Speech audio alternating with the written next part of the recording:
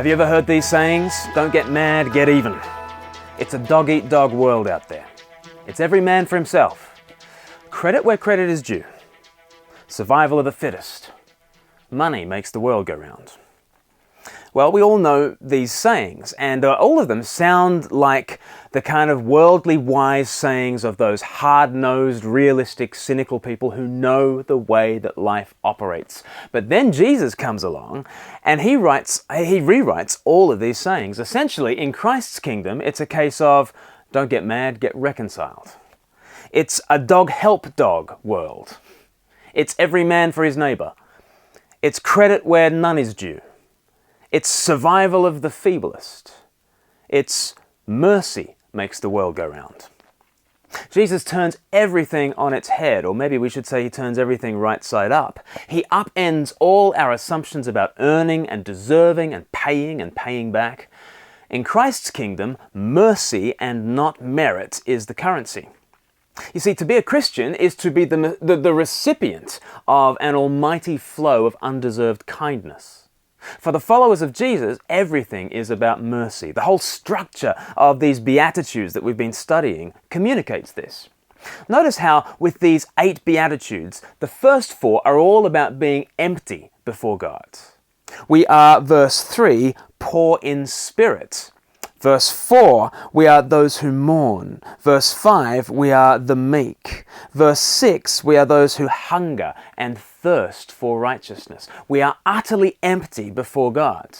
But now that we've come to the 5th Beatitude, we're kind of turning a corner. Now, having received the kingdom, verse 3, having been comforted, verse 4, having inherited the earth, verse 5, having been filled with righteousness, verse 6, now we've turned the corner. We've been empty with God, receiving all these things, and now beginning with this 5th Beatitude, we pass on mercy to the world.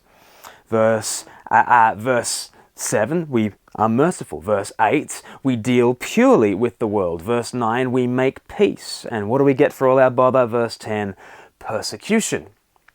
But that is the flow. We're empty before God and so filled by Him. And now we are poured out to the world. Grace runs downhill from heaven to us and from us to the nations. I heard an interview on the radio recently where a man said that one of life's great tragedies is this, that men love women, women love children, and children love hamsters. Of course, children love their mothers and women love their men, but in this caricature, we're being told something about a flow, man to woman, woman to child, child to the animal kingdom. This flow is actually written into the human race.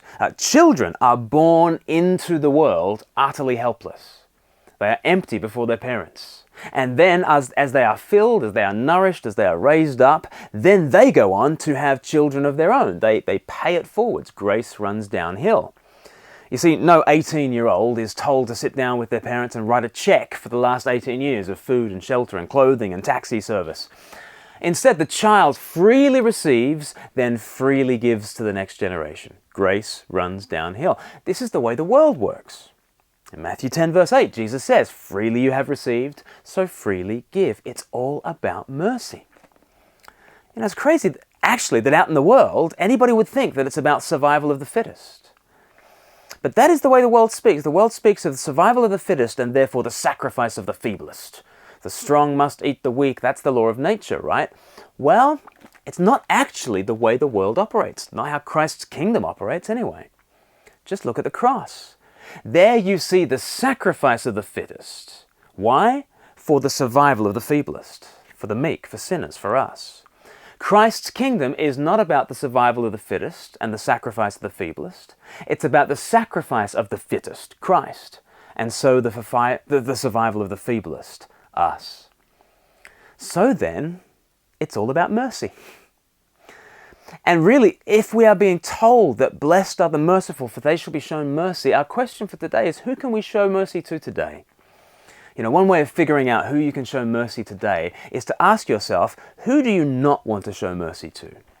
Who do you think, does not deserve your kindness? As I challenge you to show kindness today, who do you sit there thinking, well, but they just don't deserve it? That's why they need it. That's why they need it. It's mercy. Blessed are the merciful, for they shall receive mercy. Today you will be blessed. You will be happy when you get on board with Christ's mercy project.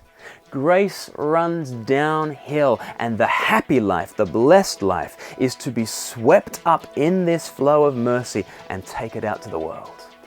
We are empty before God, and we are filled with His kingdom and all His benefits.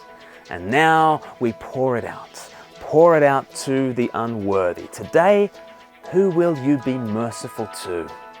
Because money does not make the world go round. Mercy does.